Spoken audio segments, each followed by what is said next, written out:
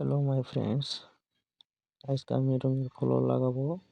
তো আপনারা সবাই দেখতে থাকেন কীরকমভাবে রুমের ফ্লোর টাইলস লাগায়। আমি কিন্তু প্রথমে 4 কোণার লেবেলটা টেনে নিচ্ছি, তারপরে আমি এক মাপে এরকমভাবে ঠিয়া বানাইতেছি যাতে কোনো দিকে অসুবিধা না হয়। তো প্রথমে কিন্তু লেবেলটা টেনে নেবেন পুরা ছাদ, তারপরে এক মাপে ঠিয়া বানাবেন। ঠিয়া বানায় তারপরে কীরকমভাবে টাইলস লাগায় তো দেখতে থাকেন।